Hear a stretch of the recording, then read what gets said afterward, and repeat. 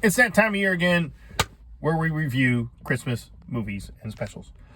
All right, and if I don't get to yours, don't take it personally. I'm looking at you, Home Alone fans. There's a lot of Christmas stuff that I like that we can't get to, all right? You know, Christmas Chronicles. Look, all you need to know about Christmas Chronicles, Kurt Russell as Santa Claus. That's it. That's all you need to know. All right. And yes, Die Hard is a Christmas movie too. But first on the list to get to today, let's just get this right out of the way right here, because the reason for the season is the nativity story, the birth of baby Jesus Christ himself. And this movie, The Star, does it, I think, the best as far as kids stuff go. And it's not one of those cheesy, low budget, like, there's some serious production quality. All-star ensemble cast here, and the animation's up there with like Disney and like Pixar and DreamWorks and that sort of thing. So, and the writing, surprisingly well.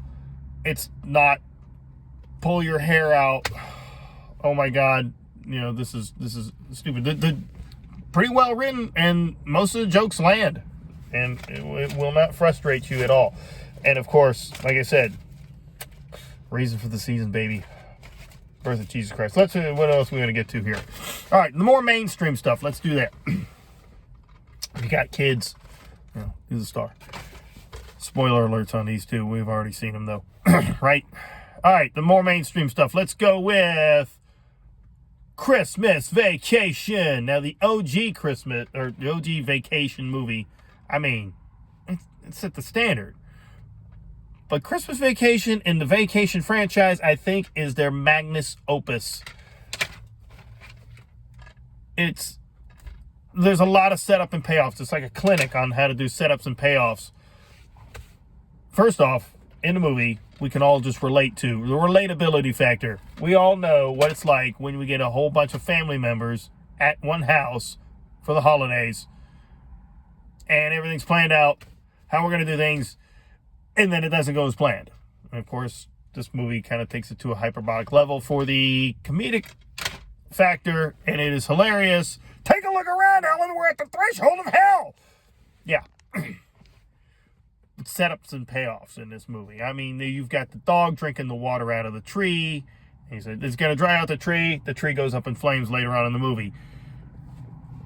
Clark says, you know, he wants to help out cousin Eddie with his kids' Christmas shopping, and Eddie's like, well, you know what? I'd like to get you something real nice. And then later on in the movie, before the rant, he's like, is there anybody, you know, wondering about some last minute Christmas shopping? I'd like my boss right here. And he goes off on an epic rant, and then Eddie's like, something that wouldn't cost money that he could get, goes kidnaps the boss. And then, of course, there's Eddie with the RV toilet. Merry Christmas! Dinner was full! And he's emptying the septic into the storm drain, which is hilarious of itself right there. Cousin Eddie being Cousin Eddie. But then it sets up the explosion at the end. Bam! And then characters. The characters are phenomenal. I'll give the example. The next door neighbors. And we hate the next door neighbors. They're set up as antagonists because they're snobby, yuppie, uppity, snooty people. But by the end of the movie, you get a little sympathetic towards them because you're like, okay, I understand why they hate Clark W. Griswold, because they have to live next to him and their house has incurred some damages because of his actions. So yeah, you're like, all right, maybe they're not such complete assholes. It's a nice little arc there for the neighbors, but all the way through, fantastic movie. Chevy Chase being Chevy Chase, doing the Chevy Chase thing for an old movie. All right, talking about character development. Fred Claus is a masterclass clinic on characters. How to establish them, how to keep with them, and how to do the whole character arc. At no point do any of these characters act out of character that has been established by the writing. You understand why they're doing what they're doing. You understand why they feel the way they feel and their motivations. You get it. Fred has a thing about it. his brother Santa Claus, because he's always been the favored one and everybody likes him, and he's just, he's Fred. But you also understand when they get in the snowball fight, the North Pole, between Santa and his brother Fred, you understand where Fred's coming from. Look, there are no bad kids. All right? They act out, they do bad things, but they're innocent. They're kids. They're just kids. They deserve something for Christmas. And it really came through when he saw in the snow globe his little buddy from his building that he lives in, Slam. He acted out because he's an orphan and because of what Fred told him about Santa Claus. And he acted out on it. And it was really Fred's fault because he gave him some bad advice. He told him, things that some of it wasn't true. So he stamped his friend, the kid friend, as good and nice. And he just wound up stamping everybody nice. But then Santa's like, we can't make that many toys and we can't deliver that many toys. We can't give every kid something. And he's about to get shut down from the board, which is never fully explained, but whatever. It's not necessary. Santa's under pressure to come through, or his whole operation is going to get shut down. And he can't make that. He doesn't think he can make that many toys and deliver that many toys. He can't do it. So you understand why they are the way they are, and why there's this conflict. And even Kevin Spacey's character, and this was before we knew Kevin Spacey to be not a very nice person in real life. Acting chops are unquestionable, though.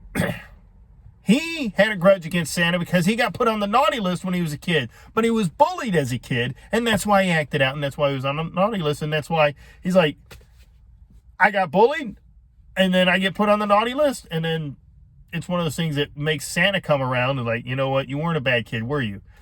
Yeah, you got pushed around, you got bullied because you had your glasses, and you wanted a Superman cape because Clark Kent, when he took his glasses off, was Superman. He's like, you know what?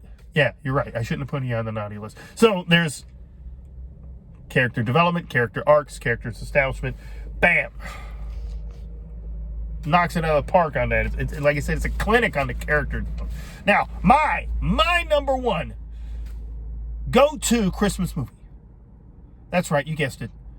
Santa Claus Conquers the Martians. Available on Amazon and I believe on YouTube as well. What else do you need to know? Santa Claus versus Martians. Came out in 1964 and has the distinction of being the first time we see Mrs. Claus on screen. Everybody thinks it's like Rankin Bass, the 1964 Rudolph the Red-Nosed Reindeer. Now, Santa Claus Conquers the Martians beat it by like a week or two. So that was the first time we see a portrayal of Mrs. Claus. I am kidding, of course, but it is absolutely hilarious to watch. It's campy. It's a movie from the mid-60s called Santa Claus Conquers the Martians. And just envision what that's like, and you pretty much got to like spend some time on the cheesy, corny, campy, absolutely insane Santa Claus Conquers the Martians. My real number one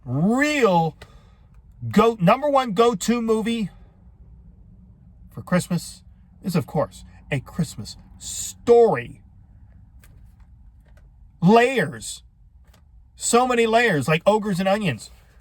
Layers. It's set in 1940, and it's really the only year you could set this story up in. All right, that and the fact that in combination with the main character Ralphie being 10 years old, it's like the last of your innocence, the last of the magic.